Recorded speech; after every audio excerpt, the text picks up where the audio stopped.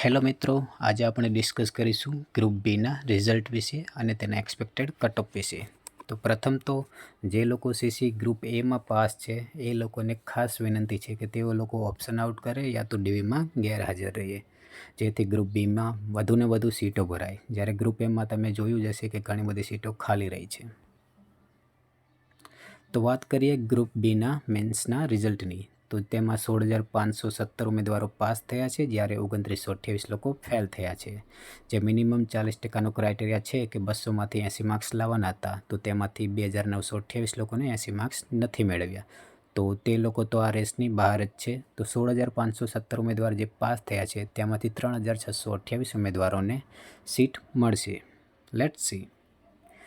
એ પહેલાં સૌને એક નમ્ર વિનંતી છે કે જો તમે ગ્રુપ એમાં પાસ થયા હોય યા તો કોઈ અન્ય સરકારી નોકરી કરતા હોય તો તમે લોકો ઓપ્શન આઉટ કરજો, એવી અમારી વિનંતી છે. યા તો ડીવીમાં ગેરહાજર રહી શકો છો.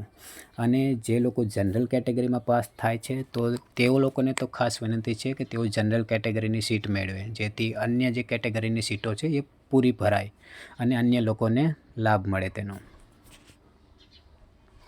વાત કરીએ આપણે એક્સપેક્ટેડ કેન્ડિડેટ્સ ફોર ડીવી લિસ્ટ, તો 1.5 ગણા પ્રમાણે અહીંયા આપણે જોઈ શકીએ છીએ કે જનરલ મેલમાં 1,550 લોકોને બોલાવી શકે છે, ઈડબ્લ્યુએસમાં 368, એસસીબીસીમાં 1,034, એસસીમાં 164 સીટ પ્રમાણે 246, એસટીમાં 549. એ જ રીતે ફિમેલ્સની અહીંયા ડિટેલ આપેલ છે.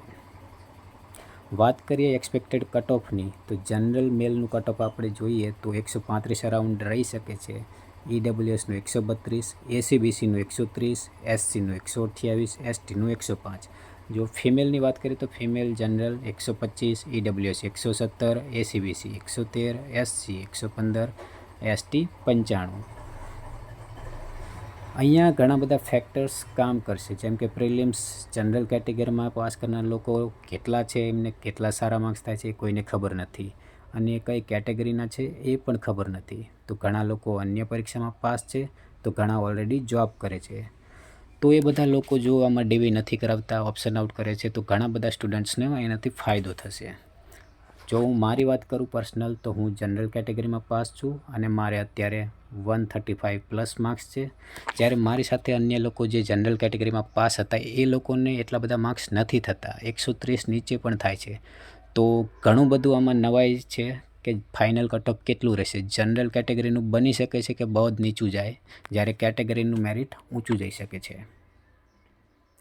તો અહીંયા આપેલ સંદેશ આપ વાંચી શકો છો અને આપના મિત્રો સુધી આ શેર કરી શકો છો, જેથી વધુને વધુ લોકો ડીવી ના કરાવે અને ઓપ્શન આઉટ કરે, જે લોકો અન્ય સારી નોકરીઓમાં છે, જેથી ગ્રુપ બીમાં ઘણા બધા સ્ટુડન્ટ્સને ફાયદો થઈ શકે છે. તો તેમના પરિવારોમાં પણ ખુશીનો માહોલ સર્જાઈ શકે છે.